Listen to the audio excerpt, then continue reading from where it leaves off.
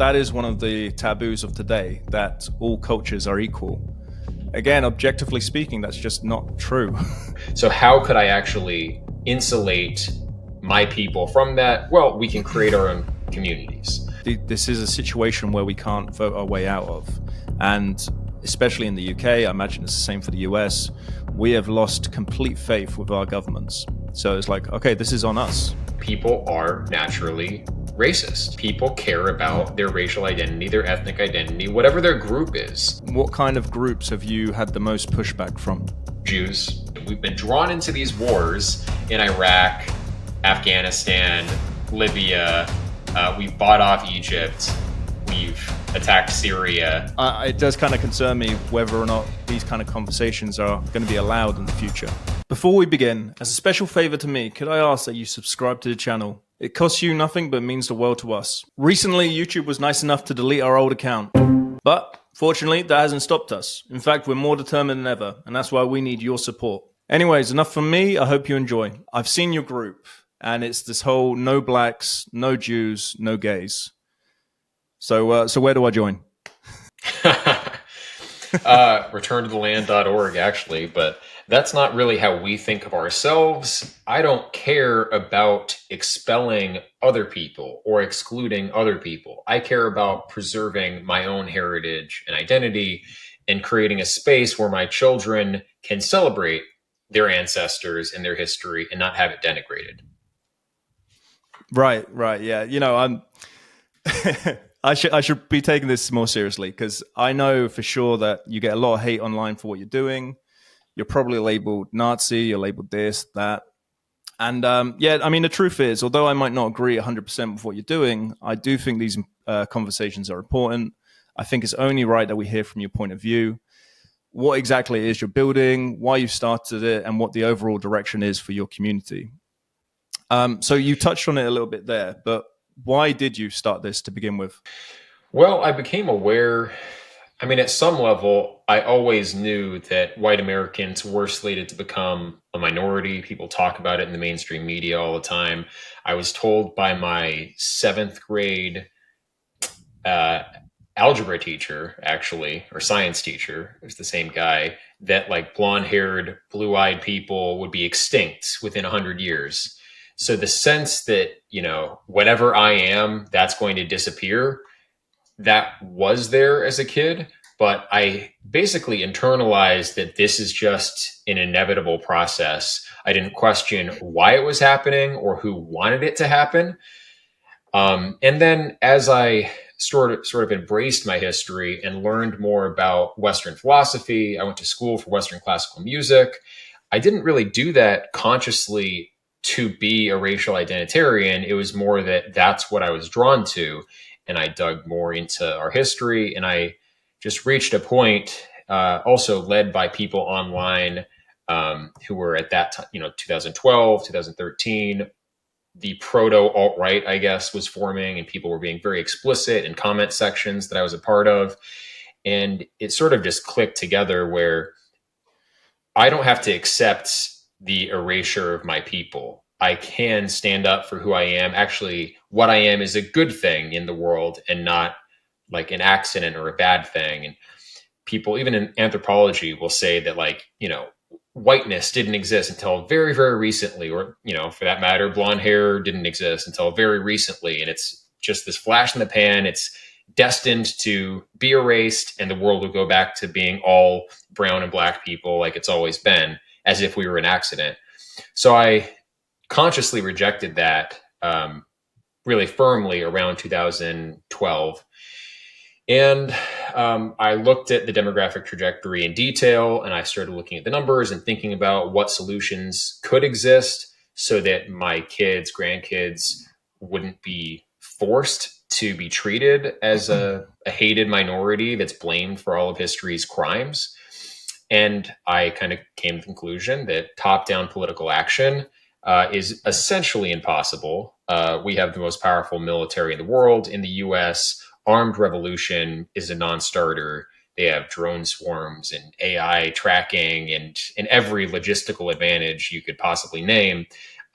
So it's just unrealistic. And I was in the military. I know how they operate. They're more numerous, far better organized than any potential dissident group.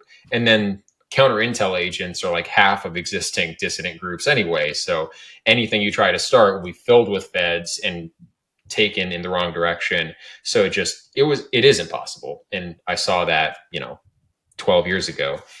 And I also thought that voting our way out of it would be impossible just because white people are becoming a smaller proportion of the US population with time. Even if you cut off immigration, we would still eventually become a minority because other demographics have higher birth rates, especially Hispanics. So I grew up in a predominantly Hispanic area in Southern California, and I didn't like that future. So how could I actually insulate my people from that? Well, we can create our own communities. And I held on to that thought for a long time. I thought our own communities with our own education is the way to preserve what we are and also expand and develop our tradition and carry it forward. I was also interested in contemporary philosophy and science and thought that, I'm part of this living tradition that right now is kind of being cut off. Like our institutions have been subverted. Now they teach that our identity is a bad thing and it's not unique to us. Like other groups still have their identities, but we, the white American majority, or just white Europeans generally, have been backgrounded, where anyone can be a Brit, anyone can be an American. But then what does that leave the ethnically British people or the ethnically white American people like myself? I have nothing. They still have whatever identity they came in with, and they are free to celebrate that in multicultural fairs or wherever. But meanwhile, mine is just erased. Yeah. Eventually, though, I met up with some people who were a lot better organized than I was and less abstractly idealistic. And I only thought about the big picture until I kind of started thinking about how to move forward with organizing these intentional communities with others who had experience. So the group of guys that came together 2.5 years ago, the necessary skills, resources actually materialized. And since then, my worldview has shifted quite a bit, not ideologically, but just, I guess, my Umwelt has shifted quite a bit. The way that I perceive what we're doing politically has shifted to be far more action oriented, far more pragmatic. And that's, I think, why we've succeeded as far as we have.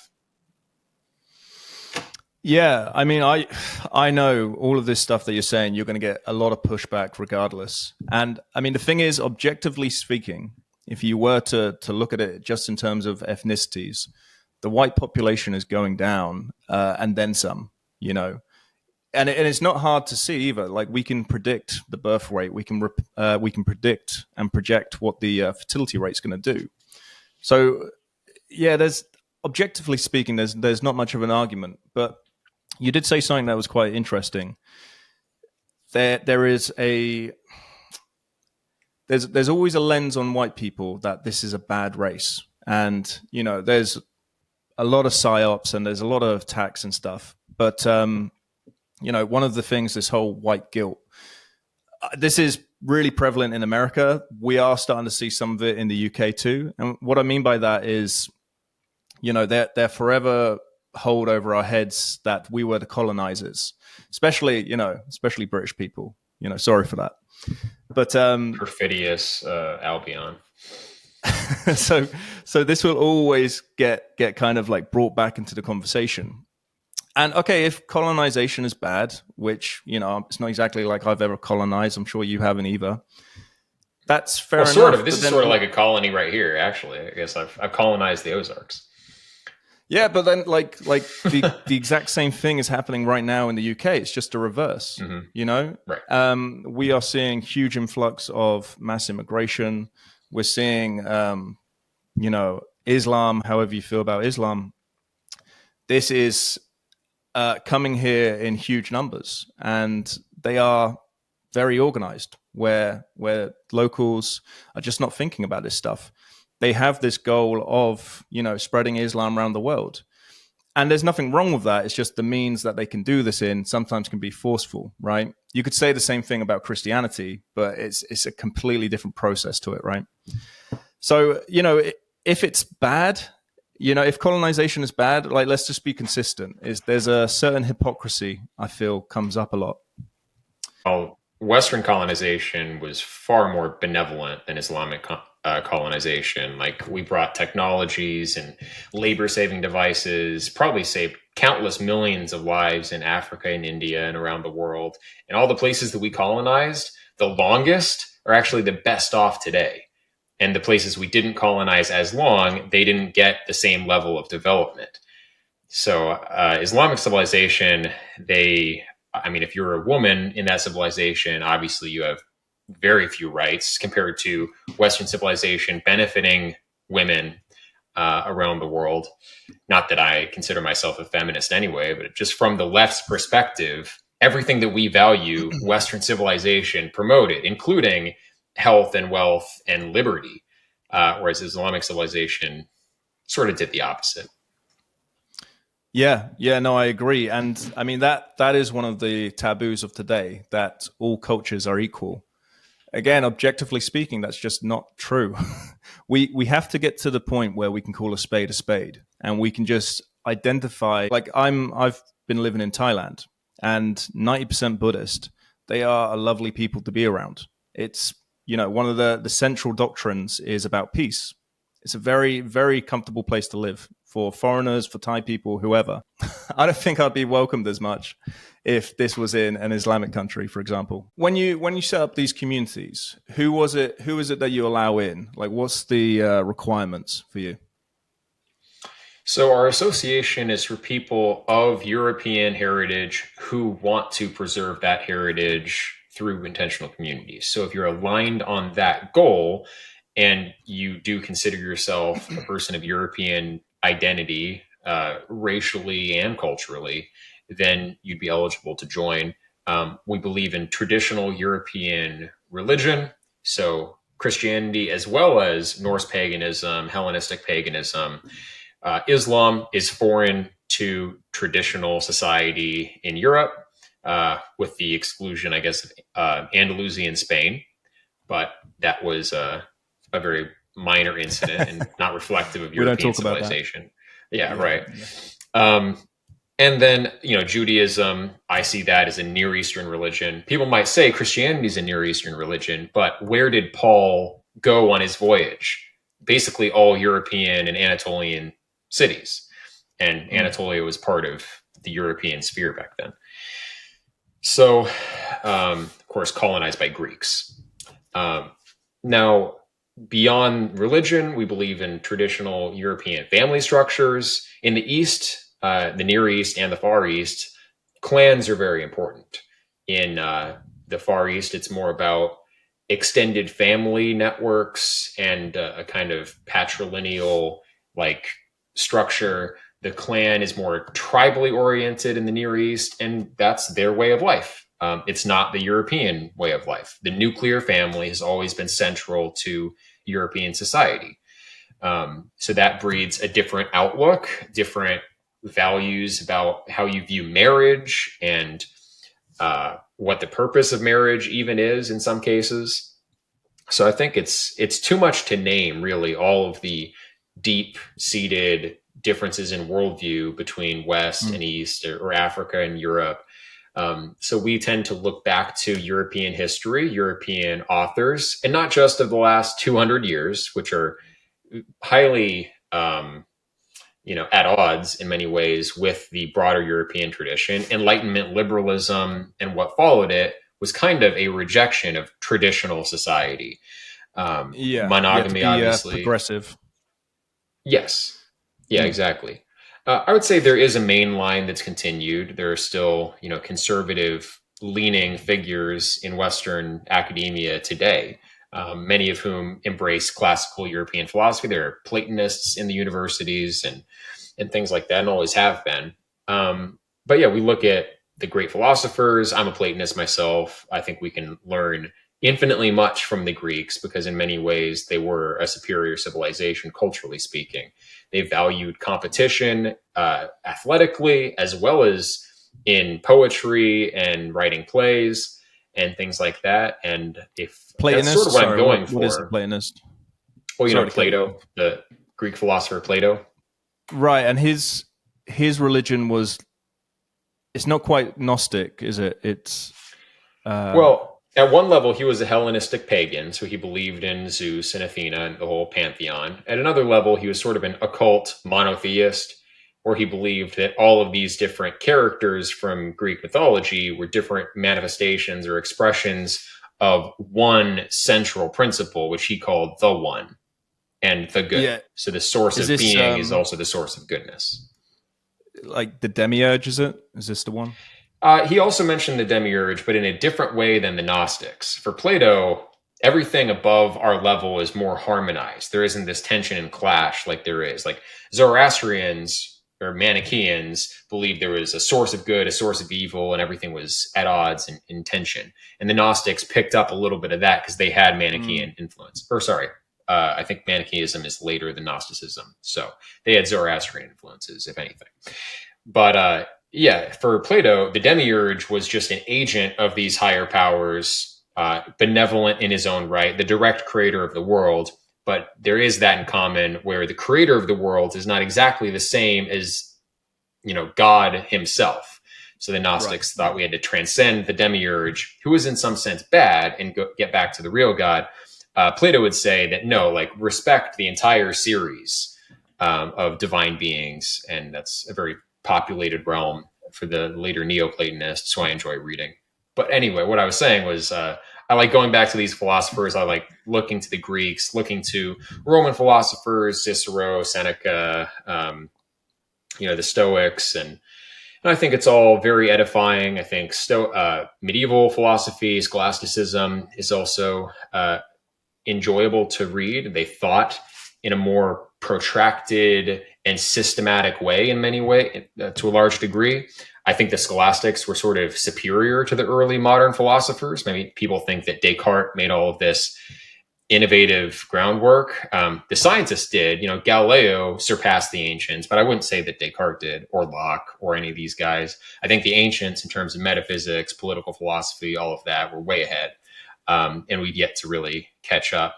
So maybe that's why I'm a traditionalist, and I think societies that look back to our European tradition in an all-encompassing way will just do better. For that matter, I think we should all be listening to Bach and playing Western classical music instead of the hip hop and stuff people listen to. Yeah, I mean, this is the thing. This is the thing. Like traditional mindset has already stood the test of time, and Yeah. the idea of being progressive and all of these modern ideas, they're just falling short. I mean, feminism was always a great example. This has been going now for best part of 50 years. That has a direct impact on the birth rate. It has a direct impact on the quality of life between men and women. So at some point, we do need to assess, like, are we actually going in the right direction? And yeah, you said something about how throughout Europe, people will pick their groups in different ways, right? And that can be true for the world. In terms of like segregation or natural segregation, in general, people just like what's familiar to them. They want to be safe in a community. Often, historically, ethnicity had a huge part to play in that. And actually, I was going to share the screen real quick because in the UK, there's we can see it's clear as day that this is still going on. Can you see that? I can. Yep. Okay, cool. Yeah, often when you hear segregation, it always gets, it's an evil word. We shouldn't talk about this. But the reality is people naturally self-segregate. So from the census 2021, we can see all of the different ethnicities on the side here. And then if you look at where all the Indian British locate, we have all around London. What's this? And so the darker it is, obviously, the more concentrated they are. Birmingham, 34%. They are at direct odds culturally with Pakistan a lot of the time, right? And then you do that, and again, they have purposely self-segregated in different areas. Chinese, Bangladesh. it's completely natural for this to happen. So when people are given the choice, this is what they are going to do anyway. So, I feel someone like yourself, you must have gotten so much hate, so many attacks for basically proposing something which is people do on their own anyway.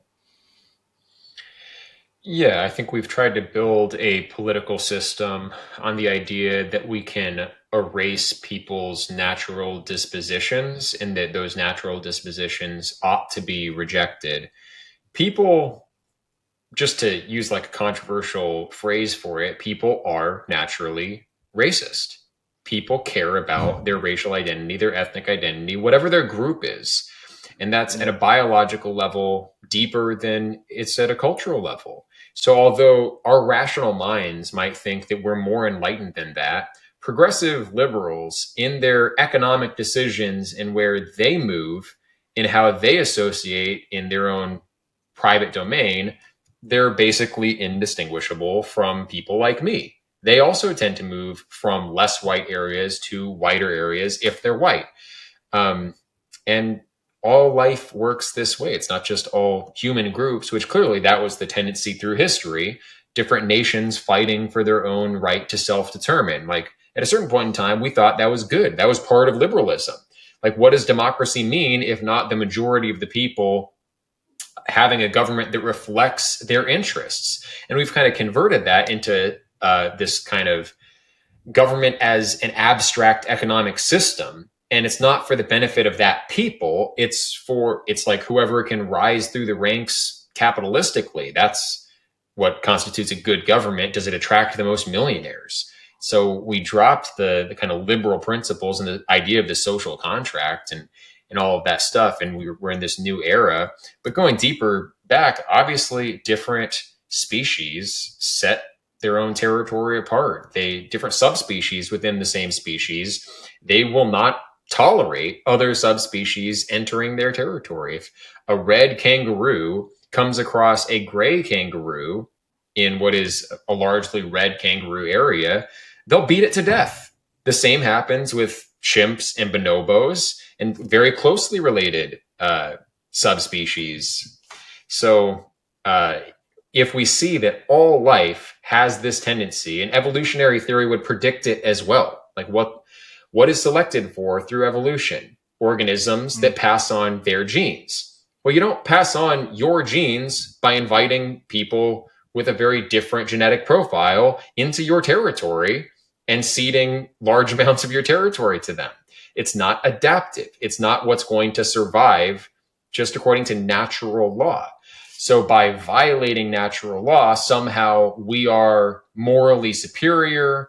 And I think it's a perverse spiritual instinct where, according to Platonism or Gnosticism or Buddhism or Hinduism, traditional religion really around the world for the most part, or the Eurasian world at least, it is a good thing to overcome your base appetites and your attachment to the world. You should think about higher things and the divine, but when you kind of make that profane, when you profane that notion of self-overcoming so that you're not sacrificing your appetites with this new philosophy, you're sacrificing your people. The old philosophy was, the dharma of the householder was to uphold the virtues of traditional gender roles, and then the dharma of the warrior is to defend their nation, and then the dharma of the priest, who's capable of self-overcoming, well, they're supposed to renounce the world and go meditate or whatever. And I think what it is people feel like they're doing the right thing because they're sort of resonating with that traditional profile or archetype. They are rejecting worldly things. It's not the body. I don't care what skin color you have. I don't care about these physical characteristics. I care about your mind. And that's all that matters. But at the same time, they're embracing appetite. We have the most hedonistic society we've ever had. And so it's this easy way to pay lip service to a purported moral virtue, which is self-overcoming. And in its appropriate context, it is a good virtue. And to care about reason over bodily things, that is a good virtue. Like, it's taking all these things that sound good because they're traditional and genuinely good, but it's misapplying them and selling them at a discount for the individual, where it's easy to buy into that. It requires zero sacrifice for you. It instead requires you to sacrifice your nation and your extended family. So you throw them to the wolves so that you can feel good because, oh, I don't care about, worldly things. I care about, but then you care about markets, you care about capitalism, you care about everything, social media, fame. Yeah, no, for sure. And that's the thing. You talked about the other species. Biologically speaking, we are not that different. And people like to say like, oh, we are much more evolved. Not really. Like that is the baseline which is set. But you're right. It doesn't mean that we can't strive to be better. And I think this is where I'm starting to lean more into Christianity. We all have these desires. We all have these urges. It doesn't mean you act on them. All right. You need that kind of self-control. You need to better yourself. And that for me, is what's going to save society, because like you say, we are going into more hedonistic kind of practices. We're seeing degeneracy just take over the West. We're seeing the birth rate drop. Families aren't staying together. There's majority of the metrics that you look at, like we're not going in a good way. And that kind of leans into this whole like white guilt. Like I was saying earlier, they'll always throw in, for you guys, I'm sure it's slavery. They'll throw in kind of colonization and stuff like this. And in generally liberals in the US, there is this that guilt has kind of made them hate themselves. The ethnic white people in the US, in the West in general, there's this kind of like they've had this now submissive stance that they already acknowledge, like, yeah, I'm the problem, I'm the devil, whatever. And they naturally put other races, other ethnicities before them. And like, look, if everyone did that, this wouldn't be a problem. This wouldn't be an issue. We'd equally prioritize other races before our own. There's nothing wrong with that. I think a big part of life is to serve others. The problem which you get is when you have other groups which see themselves as superior. We see this in Islam. We can see this with people that consider themselves chosen. When you have other groups with this mindset, you're only putting yourself at a disadvantage. And they're not going to stop. It's just sort of game theoretic. When you get an advantage by cooperating as a group, somebody out there is going to cooperate as a group. So if you give up that advantage, you're just going to lose the game. Like if it's morally the right thing to do, you believe, well, the rest of the people aren't going to do that. Like some people might think the moral right thing to do is to stop using AI and robotics because that might take jobs. So the right thing to do is to become a Luddite and just abstain from all technology. Well, okay, you're just taking yourself out of the game. Technology is not going to stop advancing. Whatever is game theoretically advantageous is going to be exploited by some actor or another. And we handicap ourselves as if everyone is going to, in a coordinated way, act opposite to their natural biological and economic interests. Because economically, groups that cooperate tend to do better. Like in the US, Jews and Indians have the highest incomes. They're also by far the most networked groups that have effectively ethno-religions, right? Where they believe they're God's chosen people. Hindus also believe that, So, they're not going to stop. Yeah. Well, and especially, I know the group's getting a lot of heat right now, but in Judaism, again, if you had a community and everyone integrates, everyone assimilates, okay, you have a good chance of everyone treating each other like equals. But it is a direct doctrine that they do not assimilate. They resist it at all costs. They segregate themselves. That's a survival strategy unique to Western Europe. No other group has ever run society that way. Other groups have tribes and clans and in-groups and out-groups. This is why we're susceptible to this, because the way that the Catholic Church ran society, it was basically the superior mundane authority as well as ecclesiastical authority, because they were all the scribes. They were able to actually administer the government. So the priest class in Europe was just vital. They allowed the monarchs to hold power, and they promoted universalism. and they banned cousin marriage specifically to discourage this kind of clan formation and rivalries. And it was effective. Our university systems, we had students from all over Europe, even in the 14th century. These were international institutions, and it was during that time also that we started making these huge advances over the rest of the world in mathematics, in the sciences. And that then gave our whole race an advantage. Oh, my, dang it. I have one of those AI. Can I get this to not zoom in on me? Yeah, you didn't just plan that for effects? That was No, beautiful. I didn't. Let me fix this real quick. Hey, we're back. Boom, there you go. Okay. So what was the last thing that I said? I forget. Being universalistic within Christendom, it wasn't to the whole world. It was Christendom, which was basically all white European countries at the time. That allowed us as a race to get this huge advantage because there are benefits of universalism, like what it bred in terms of scientific rationale. It wasn't about my kind of parochial philosophy that may or may not be true. We were actually looking for universal truth. And we generated these universal geniuses in a way that they don't necessarily benefit. Like Isaac Newton was celibate. These famous scientists tend not to be really prolific in society for their own genetic self-interest. And so by focusing on the universal, we actually did cultivate I would just say objectively higher type that got closer to objective truth. And that gave us all these tremendous benefits that set us above everyone else in technological and scientific terms. And that was adaptive for us as a race. We expanded as a race because of this unique survival strategy. But then we think that, we who were bred in this way in certain social conditions can just extrapolate that model to the world and it's going to produce the same results. But, we're dealing with complex systems. We're not dealing with mechanistic systems. You can't just put a university down in Bangladesh and have it operate on the same terms.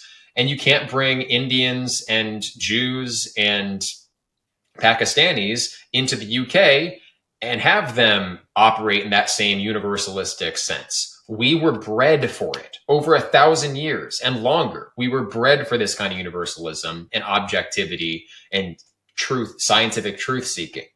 Other civilizations didn't do that. It is a truly exceptional thing about Western culture, but people don't see that because they focus on all these negative aspects of Western culture. But that's what made us great. It's also our greatest weakness because we think everyone else is like this, but they're not.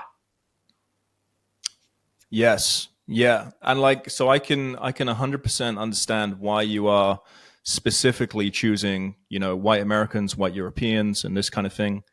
I mean, so this is where maybe me and you differ, but I'm not completely, and I don't know if this is the case for you, but I'm not completely against immigration in general. I'm open to different ethnicities and stuff. My biggest issue is the fact that we've had this mass immigration. If you have small amounts, then I can see that people are more naturally going to integrate.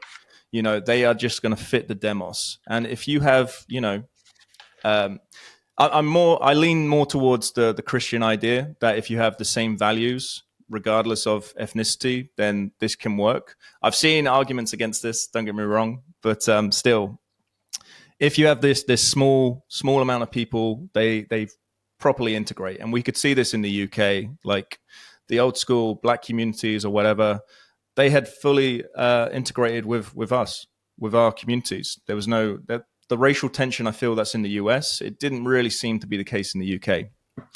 But now we've had the situation where they are arriving in mass. There's no incentive for them to assimilate with us. Now we're in the situation of we just have two competing cultures, and that's that. It's going to be whoever's the most dominant wins. Yeah, right. I mean, you can't assimilate infinitely many people into a finite society and maintain the nature of that society. Past a certain point of intensity, assimilation is impossible, and it's just an invasion. So I do think, like historically, gene flow has not been zero between Europe and the Near East or Europe and North Africa. There's been some level of migration. and that those genes have filtered where you'll get random people from Northern Europe who do have some very slight North African ancestry. With technology, of course, it's going to tend to be a lot faster, and we're not really adapted for that kind of context. So I think even what we tend to think of as manageable levels of immigration are probably greater than you should experiment with from a traditionalist perspective. My whole thing is we shouldn't be running society on the basis of theories that might be false. So the idea that we can actually tolerate, 5% of our population coming in every year, or 1% of our population coming in every year from foreign cultures based on economic models. Oh, it's going to improve the GDP, or like it's a complex system. You have not mapped all the variables. So we don't know what that sweet spot number is by theory because our theories are incomplete.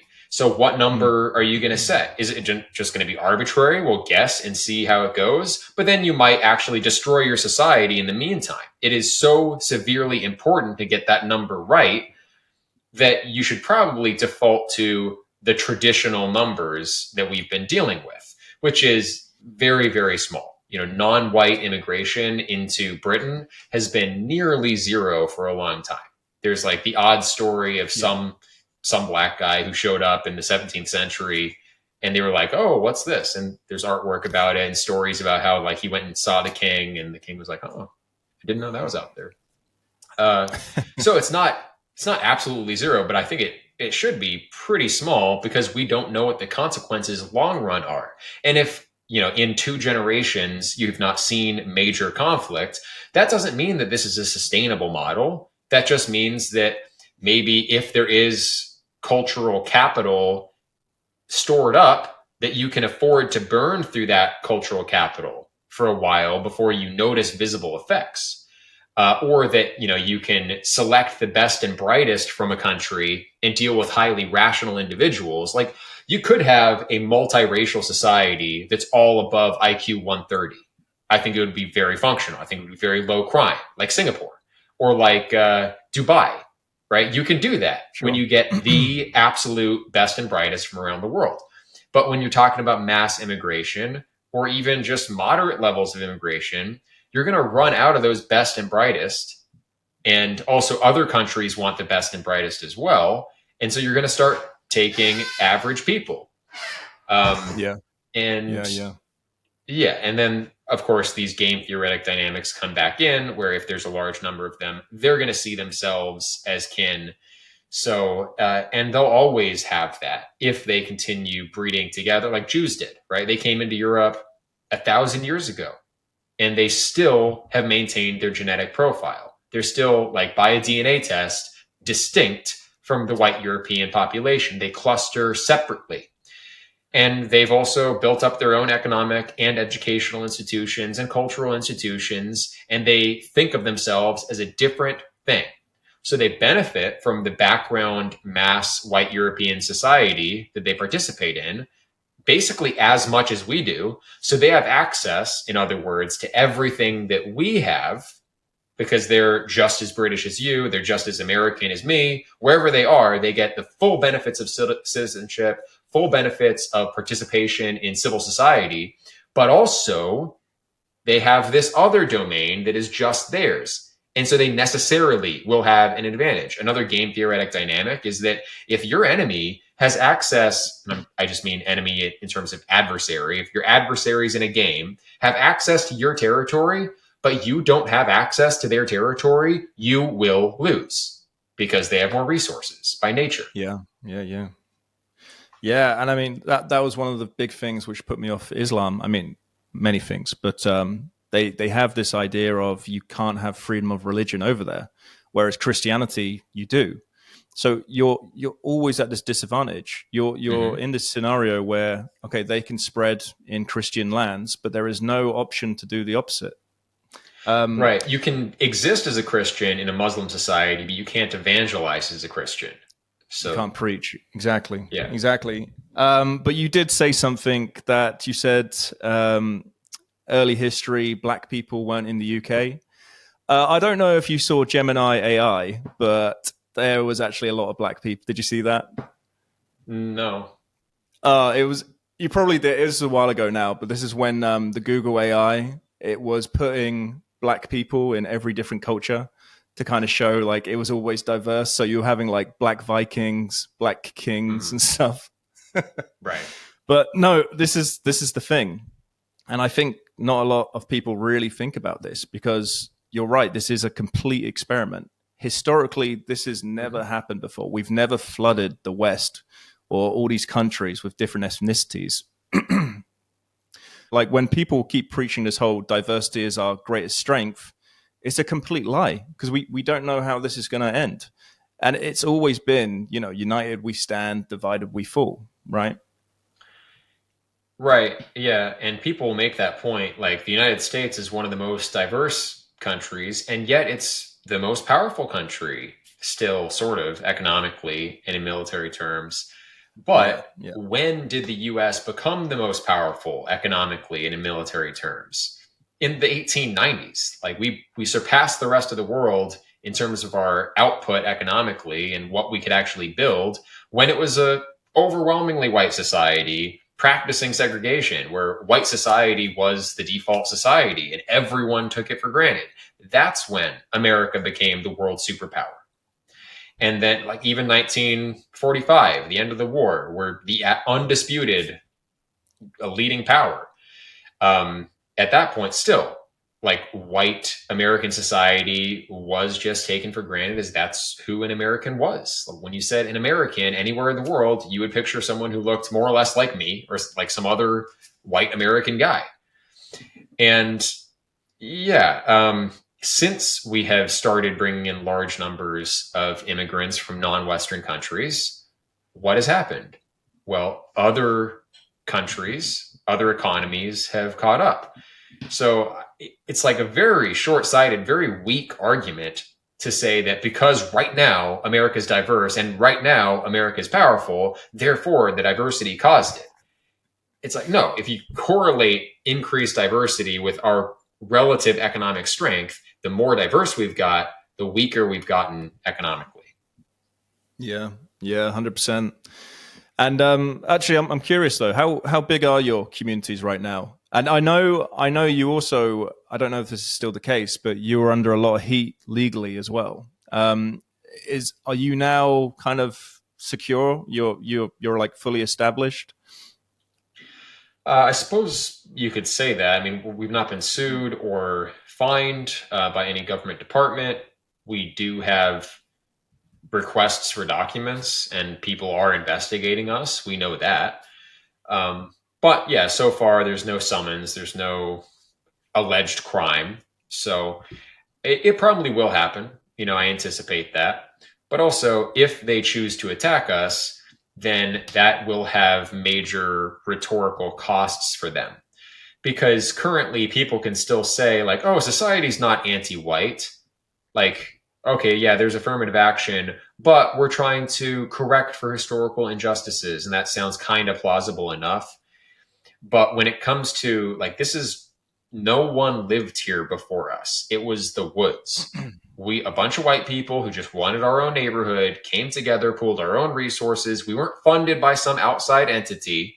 It was just us coming together, building a small neighborhood, homesteading. Wow. It's pretty wholesome. A lot of people think about doing it. They're like, oh, that'd be cool to do. There are other homesteading communities, not with the same premise as ours. But if they come out and march us out of our homes at bayonet point for being a white neighborhood, what will that look like? What signal will that be sending?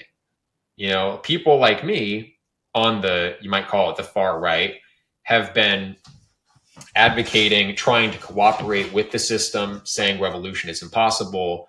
We have to work with what we've been given, and also like preach universal values that can in principle be adopted and universalized to other people. Like, we can allow Jewish communities, we can allow Muslim communities. America's a big place. Like, let's just focus on our culture and our people and raising our stuff up. We don't have to get some white supremacist administration in Washington.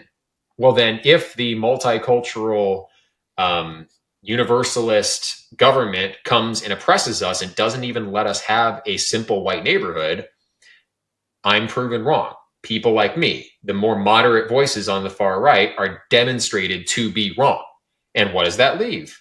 Who's going to be left? And like a lot of politics is by disposition. It has to do with hormone levels. It has to do with personality types. A lot of it is heritable by scientific studies. It's not just what you happen to believe, it's your nature expressing itself in what you're advocating in politics. And that nature will not disappear. And that nature will also, because it's the far right, it'll be very masculine, it'll be very prone to like radical thinking. Well, if you take off that retarding influence and people like me are no longer listened to because, again, I'm proven to be wrong, what are you going to get? Yeah. Not wrong. Not wrong. So what kind of groups have you had the most pushback from? Jews, mostly. Really? Yeah. Yeah. This mean, all started really, and it's funny. It's like I made a tweet recently saying, maybe white people would be less anti-Semitic if Jews stopped being so anti-white. And people will act like this isn't the case, but Jews have controlled the mainstream media while all of this white guilt and vilifying white history has taken place. They've more or less controlled the movie industry, and we've seen the portrayals of our ancestors and all of these kind of countercultural themes that have been promoted. That's conspicuous. But then in my own anecdotal case, like I know that it is Jewish groups who have made a big fuss about this. When the story first got out there, it got out because r/Jewish on Reddit was promoting threads about us. And they were saying, like, you should call this government department. They organize out in the open on r/Jewish. And that's where a lot of this started. And the Forward, a Jewish magazine or newspaper, was like the first mainstream press that covered us. And many, many of the reporters who have looked into us have been Jewish. Yeah. So, and the ADL condemned us, and the SPLC condemned us. I was about to say, listen, it's like, what do you want me to think if I have all these Jewish groups attacking me directly just for wanting a white neighborhood? It's like, what? It's, they've been kicked out of 109 countries or whatever, but it's always the other guy's fault. It's nothing to do with their own behavior. Like, I'm just anti-Semitic because I'm irrational. It's not possible that I could be observing this behavior and responding accordingly. And I don't consider myself anti-Semitic. I don't hate them for their race. I don't hate them at all. But I do see that they are making themselves my enemy. They are directly opposing my interests in a way that, like, what I'm shooting for shouldn't affect them. It should have no impact on them. And yet they have a problem with it. It's not like you're going out hurting people. You are literally just building a shelter, a place to live, a community. I know. And so I think it's a rhetorical framing that they are not wise to put themselves in, being someone who is challenging just the right of a group of families to do their own thing and homestead and raise goats and chickens. But it seems like they can't help themselves. And so I do think there are like group evolutionary dynamics at play where we were a majoritarian white society by default, and large numbers of Jewish immigrants came in the early 20th century. Now, they also wanted political power and acceptance in institutions, but there was this prejudice. It was actually a white supremacist society. That's true. But every society is a supremacist society for the people that found it. Like China is a Chinese supremacist society. Nigeria is a Nigerian supremacist society, obviously. And so they came in to a white supremacist context and they wanted access. So how do you gain access? Well, you need to break down that in-group solidarity of the majority and get to the point where America's a melting pot. America's a set of ideas. America is a green card or a citizenship certificate. It's a residency history. It's a mere nationality, not a nation. And that was at their, that's to their direct benefit, so that we let them in because, hey, they're just as American as us. But the difference is they are still Jewish and I'm nothing but an American. Yeah, exactly. And I mean, I watch Fuentes every now and then, And he makes a good point. You cannot separate the Jewish identity, even if it's an American Jewish person. They are still going to have this love, this yearning for making sure Israel is okay, right? And you're right. Like anti-Semitism was a legit threat. So you can kind of understand that they have this like existential fear of what even might look like white supremacy, even if it's just some guy trying to set up a small little community somewhere in the Ozarks, right? So, but like now, There are if other they ways to act on mitigate that, that, you know? yeah, exactly. And if they act on it by attacking you, right? Well, now they are just being racist. The thing which they're trying to say is a bad thing. They are doing that exact thing. And I mean, it's kind of a scary time, because even someone like myself, just having these conversations, right? We, again, like, this isn't hard to see, but we have so many Jewish people who do have a monopoly on the media. We have Zuckerberg with Instagram and Facebook. Larry Ellison recently bought TikTok. We have Larry Ellison's son, who owns a lot of the cable networks, like, and many more, obviously. But so it's not like it's a conspiracy to say that there is going to be a bias to the media. And what Right. it does kind of concern me whether or not these kind of conversations are going to be allowed in the future. And the huge double standard as well, where it's like they accuse us of in-group loyalty, namely racism, and that's the basis of all these policies that are like redistributing our wealth and opportunities to other groups. It's such a serious accusation to them because it merits all these actions, and yet they don't have to prove that we are racist. Meanwhile, they can act with impunity. Or, like, for that matter, the way they characterize World War II. It's like we can say that the white villains of World War II did everything wrong and had every evil motive in the book, but they did nothing wrong. And you should never question whether the Jewish community actually did something to anger the European countries that they lived in. So there are other ways they can mitigate these risks. If they were self-reflective, I mean, everyone does some good things and some bad things, but they have this black and white mentality because they think they're God's chosen people. Like, I don't believe in their religion. I don't think they are God's chosen people, but they do. And that's the fundamental difference. And so they're not going to self-reflect. They're always the good guys, no matter what. It is impermissible to ever be against anything they do collectively, because that would be anti-Semitism. Yeah. So yeah, it's very clever how they've shaped these narratives, because trying to play the same game they are, you'll be labeled racist. But just even just the slogan, Israel has a right to exist. I'm not saying it doesn't. I'm just saying I want to do this. Whoa. Do you know what I mean? So I mean, and then that kind of like, with everything. I know you used to be a Trump supporter. Obviously, I think that 2020. Did you vote for Trump? I voted for him every time. Right. Yeah. And like, Israel and America, I mean, it's the big topic right now. It's been going on for a while as well, but especially with the stuff happening recently with Trump, all this Epstein stuff, all of these things getting leaked. How do you feel about, the relationship with America and Israel? It's kind of like becoming more and more obvious what's going on. Like, how do you feel with that whole situation? It's a quagmire that there's no really good answer to.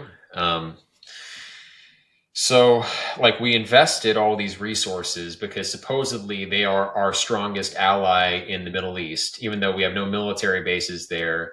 They don't share, like, we helped them build the Iron Dome, but they won't share the technology with us. It's a very one-sided relationship where we give them everything and they give us hardly anything back. And they're always asking for more money and questioning our loyalty and support if we don't give them $30 billion immediately when they ask for it, so that they can bomb Iran more, whatever it is. It's like, it's been so much investment on the premise that they are our outpost in the Near East, which I think is just clearly not the case. We don't have bases there. We have bases in other countries in the Near East, that are actually better allies, even though we're not nearly as good to them. And so if we have to withdraw and just say, well, you're on your own, now we've created this power vacuum. We've been drawn into these wars in Iraq, Afghanistan, Libya. We've bought off Egypt. We've attacked Syria, and fomented revolution in even more countries in that region. After creating this power vacuum in the region generally, and then pulling ourselves out of there, well, now Israel's the superpower in the Middle East. And how are they going to run it? Are they going to be expansionist? They've been expansionist since they became a state.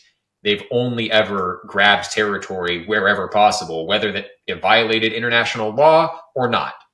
So what have we created? And I think neutrality to Israel will itself create major problems. Now, direct opposition to Israel is probably just politically impossible because American Jews are too wealthy and powerful and networked.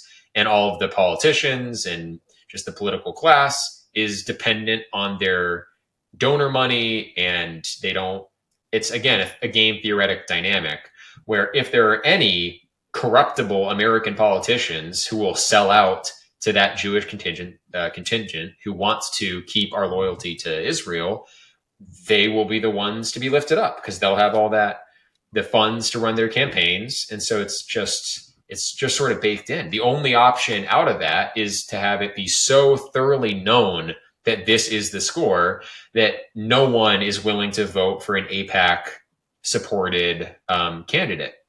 But the churches are the other part, because all these Protestant churches out there are constantly preaching how we have to unconditionally support the modern nation state of Israel because they are God's chosen people still. This dispensationalist theology, which is nuts, absolutely nuts, and the history of it's wild. And I think people need to, we need exegetes to make that history clearer to the American Protestants who are currently underwriting this Jewish system of control. However, Republicans won't be able to win in the future. I've already said, I believe. I don't predict they will be able to win. Democrats will win. And the Zionist element is not as tightly in control of the Democrats currently. So it's just a matter of, can they buy their way back into the Democratic Party? Because they tried to do this pivot, right? You saw some right-wing Jews being very explicitly pro-white and in a racial sense pro-white, of course identifying as white at the same time, which according to some people they are, some people they're not. I don't think they're white. I think they're Near Eastern. Yeah, often when it suits them. Yeah, right. So, but you saw people like Bronze Age Pervert or Mike Benz or this set of further right Jewish personalities trying to pivot to be like, hey, we're on your side, so that because they were losing control of the left. Jews overwhelmingly voted left wing because that was the party that would advance their interests, they thought, which involved also breaking down the majoritarian sentiment of whites in this country. And now they had to switch. Yeah. Now they had to switch. Yeah. But then where does that leave them? And will they actually be able to get back in good graces with the multiracial coalition that they initially built? Because they all hate Israel now as a white colonial settler state. And then they had recently just pivoted to this position where, hey, guys, we're white nationalists too. But then if that's not an option, then I don't know that all of the various people of color will welcome them back into the fold as a marginalized minority. So I don't know. They're in a very tough spot. Nothing is clear about it. And I wouldn't even hazard a prediction. I don't think about political things like that very often. It's not my specialty, but it is going to be interesting. Yeah, for sure. And do you know a guy, Tommy Robinson? He's in the UK. Yeah, I'm familiar. Yeah, and he's kind of like a big political figure right now. And well, for one, all of these wars that you just spoke about, this is where a lot of the migration has come from. So Tommy Robinson's whole thing is he's kind of against migration to a point. He's against mass migration, and he's heavily against Islam. So he'll fully criticize this and, expose all of the areas which is just not compatible. And to be honest, fair enough. Like he raises a lot of points, and that's generally what the alt-right media has done. It's just focused all its energy on Islam, and there is an argument to be had there, right? But then, like you say, with all these wars which have kind of happened, Israel is directly responsible for a lot of these wars, or maybe they lobbied for them, or whatever it is. So, like, you can look at it's like Israel's the symptom, but it's not the problem, So, and then what we're kind of seeing now, which is weird, and it's nice to hear that you're fully aware of this, because there has been such an attack on Islam from the media. People just think that, oh well, the media just lies. So actually, Christianity and Islam are on the same team, and like, again, it's like not really. We have to be aware of all attackers, kind of thing. Yeah, it is. It is tricky because you want to form a coalition, and strategically, Sure. at least on social media, you can. Like when it comes to exposing the real evils of the Israeli state, sure, get on a podcast with a Muslim, even if they live in the UK. You disagree with their right to live there, perhaps if you're on the far right, but still, the truth's the truth. Yeah, exactly. I mean, have a Exactly. Jewish person on to talk about issues with Islam. We can talk about these things and work together in some limited capacity. But I think we have to get back to the reality that like we are us and they are them, and they will always be loyal to their group.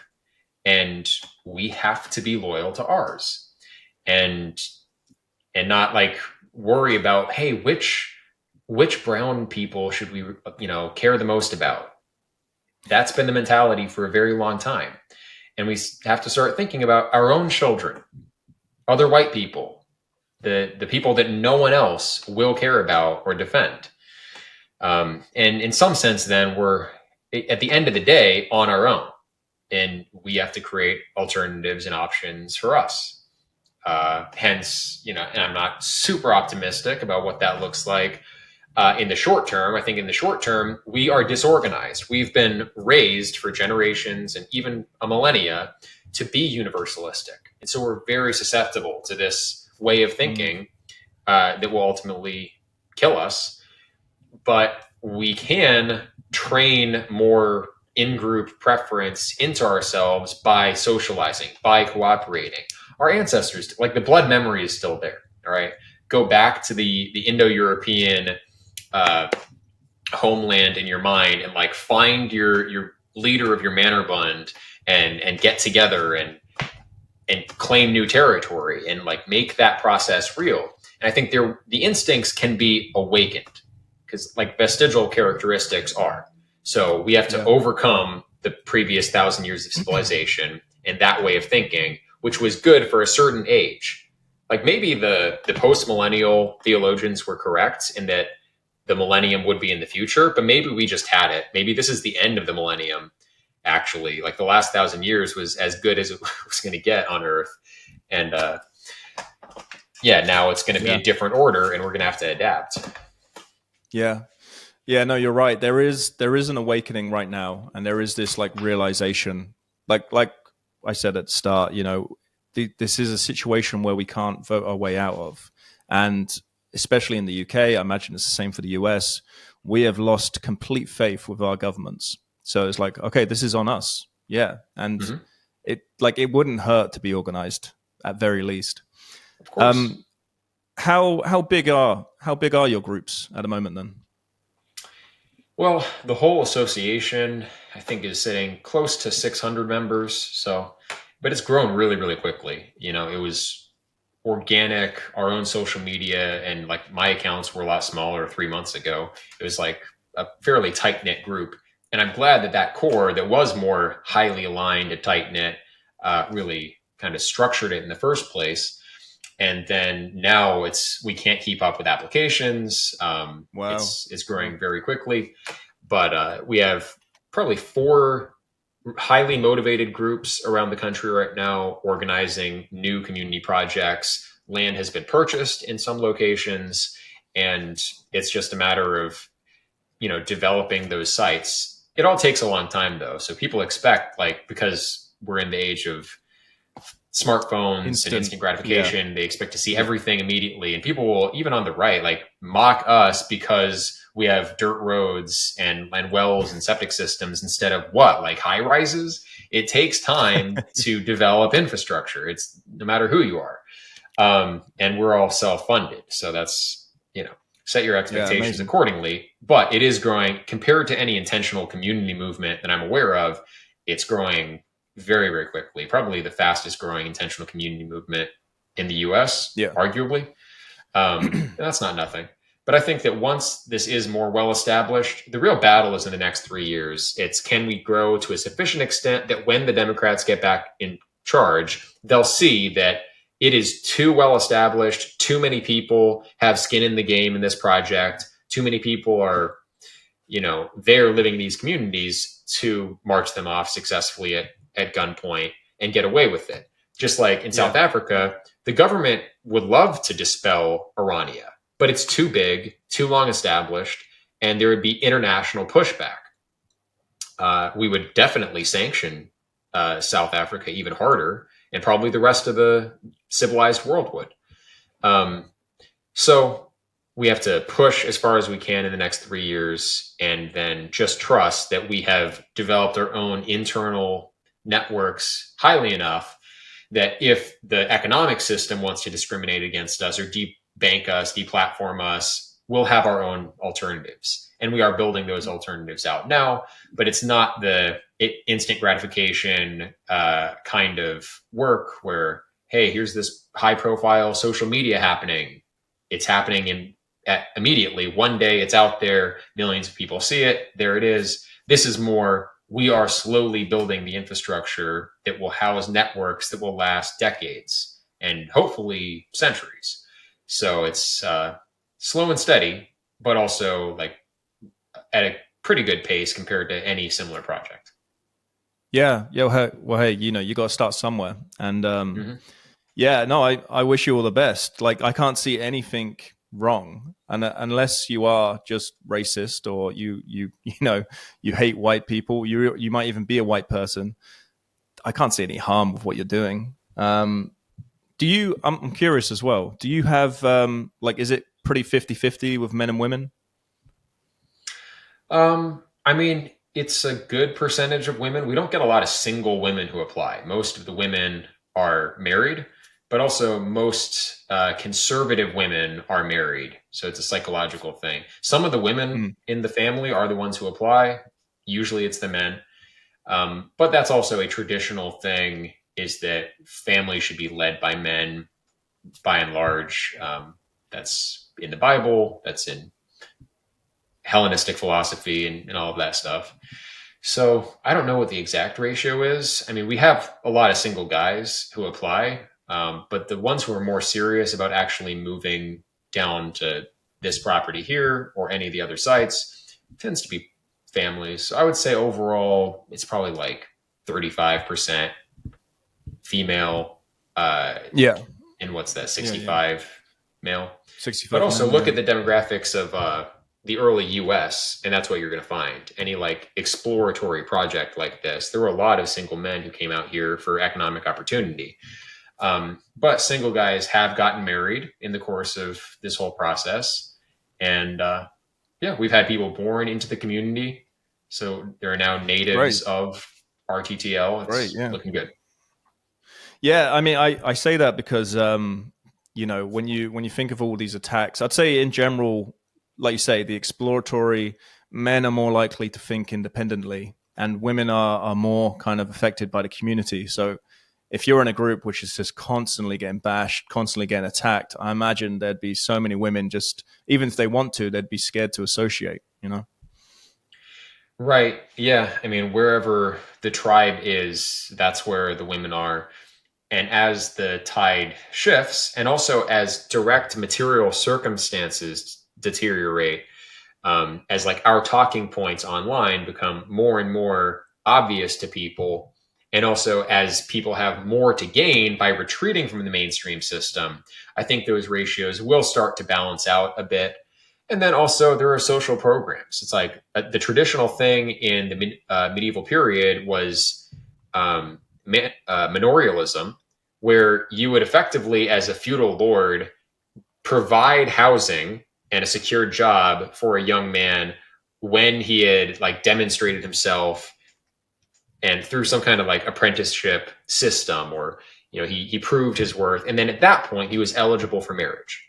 So it's not a capitalistic system, but you can imagine there's a way of turning that into a more capitalistic model where we have people in our association who are older, more established, and they want to provide like, here's a role for a young man who wants to come in who's proven himself.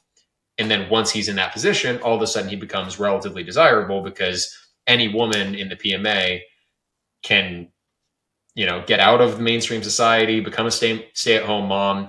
A lot of women actually do want to be stay-at-home moms. So I think the traditional lifestyle, cooperative parenting and homeschooling and like daycare and stuff that we can actually do here and we are doing already, it really speaks to those everyday issues around managing a household, which will make staying at home a lot more attractive. It wasn't attractive to many women because I'll be isolated.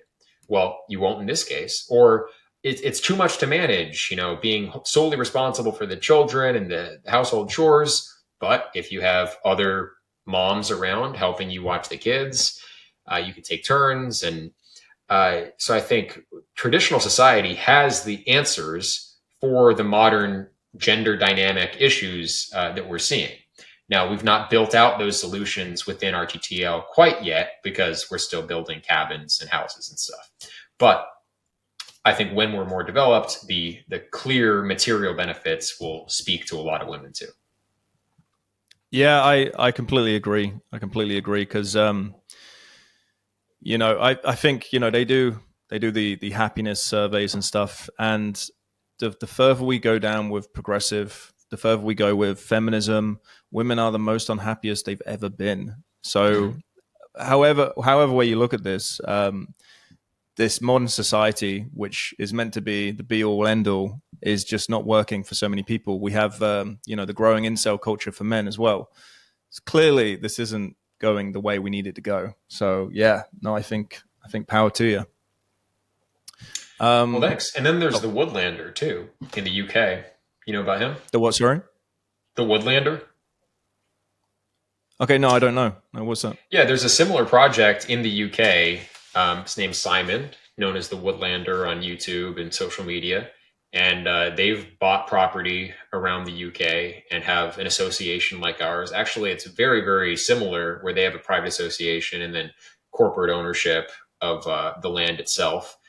I don't think they have any existing active communities yet because it's 1,000 times more difficult to develop anything in the UK because you guys are a tyranny. Dude, yes. Yeah. I was trying to think, like, could we do your project? But I would think it's just because the government just takes everything they can, Yeah. And everything takes a long time too. So his main issue has not been like being sued for discrimination. It's been getting permits to put this curb in or this culvert in, and like every single thing requires paperwork. So I feel bad. That's about right. Yeah. I mean, a lot of people from the US always like trash America, but yeah, you guys still have so many freedoms that we just dream of. Yeah, it's forced by geography. It's not like we were that much wiser about how we went, in our government formation.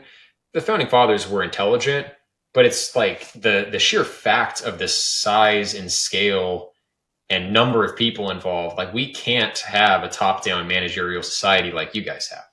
So we have open spaces. We just de facto have more freedom. And there is also that cultural element. And we'll see. I mean, maybe you guys will keep taking to the streets like you have been. Although that last big riot seems to have not ended well for a lot of the people participating, like hundreds jailed. Forget that. What was that even in response to? It was a few months ago. Oh, there's just too many riots to keep track of. I think the latest pushback, the biggest one at the moment, on my radar is the pushback to digital ID.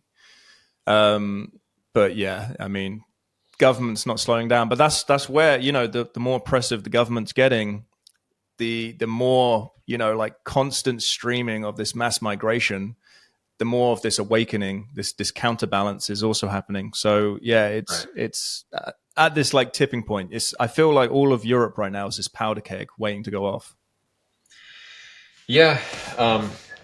You guys need more advocates, more activists, more people willing to put their name and face out there. And that's the trouble, is that because you're more tyrannical, the leaders, they just take out of the equation in many cases and imprison them, or sometimes not let them leave the country. Like I was just at American Renaissance, and Mark Collette was supposed to be there, and they won't even let him leave. He's like imprisoned in Great Britain. Wow. So, wow, what was his crime?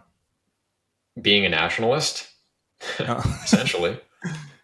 Yeah, that's where it's at. I mean, it's 12,000 arrests for what you say online.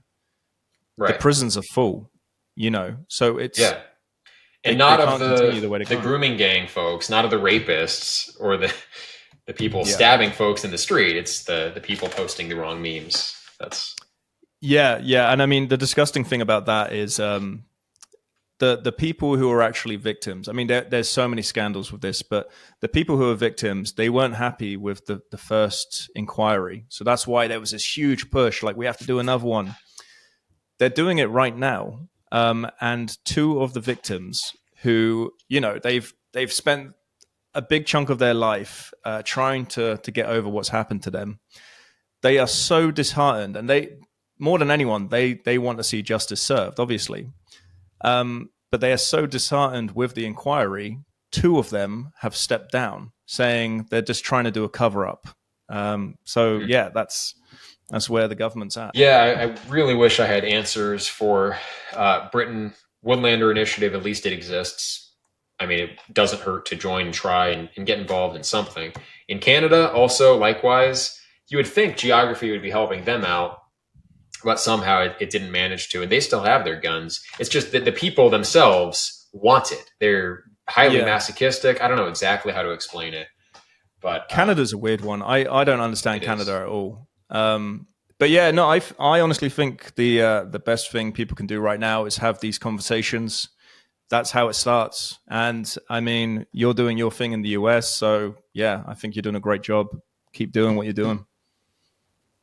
Appreciate it. Yeah, I think in real life, meetings are important, whether it's political activism or just getting together in the beer hall, whatever it is. Like, you need to get to know people and feel that the whole premise is that who we are as a people actually matters. We should embrace our identity. It is being attacked, whether you feel that strong desire to promote it yourself, or not, it's being attacked. So if you want to survive as what you are, you have to really remember what it's like to live on the basis of loyalty to kin and nation. So virtue. Yeah. And there's, to kind of, I guess, finish up, but being proud of who you are, there's nothing wrong with that. If you act on violence, that's a different story. But being proud of who you are, your culture and everything, these are all virtuous things to have about you. And it seems everyone's okay to do this apart from one group, which seems to be us. But right. Yeah. God made us who we are for a reason. Like, it's not you that made you who you are. God made you who you are. So be proud of who God made you to be and be that the best that you can. You can't be anything else. And you shouldn't accuse God of making mistakes. He made white people. He made the perfidious Anglo who it is for a reason, Right. So. Right. Eric, thank you so much for your time. Really enjoyed this. Yeah, likewise, Lewis. Thanks for the invite. Okay. Appreciate it. Anytime. Thanks for watching, guys. I hope you enjoyed our show. As you can see, our content can be a tad controversial at times. Because of that, the algorithm really, really doesn't like us. The good news is that's where you can. If you like us and you want to support us, the easiest ways are to like, comment, and subscribe. It costs you nothing, but it means the world to us here at BluntClarity. Thanks for watching, and I hope to see you next time. Enjoy.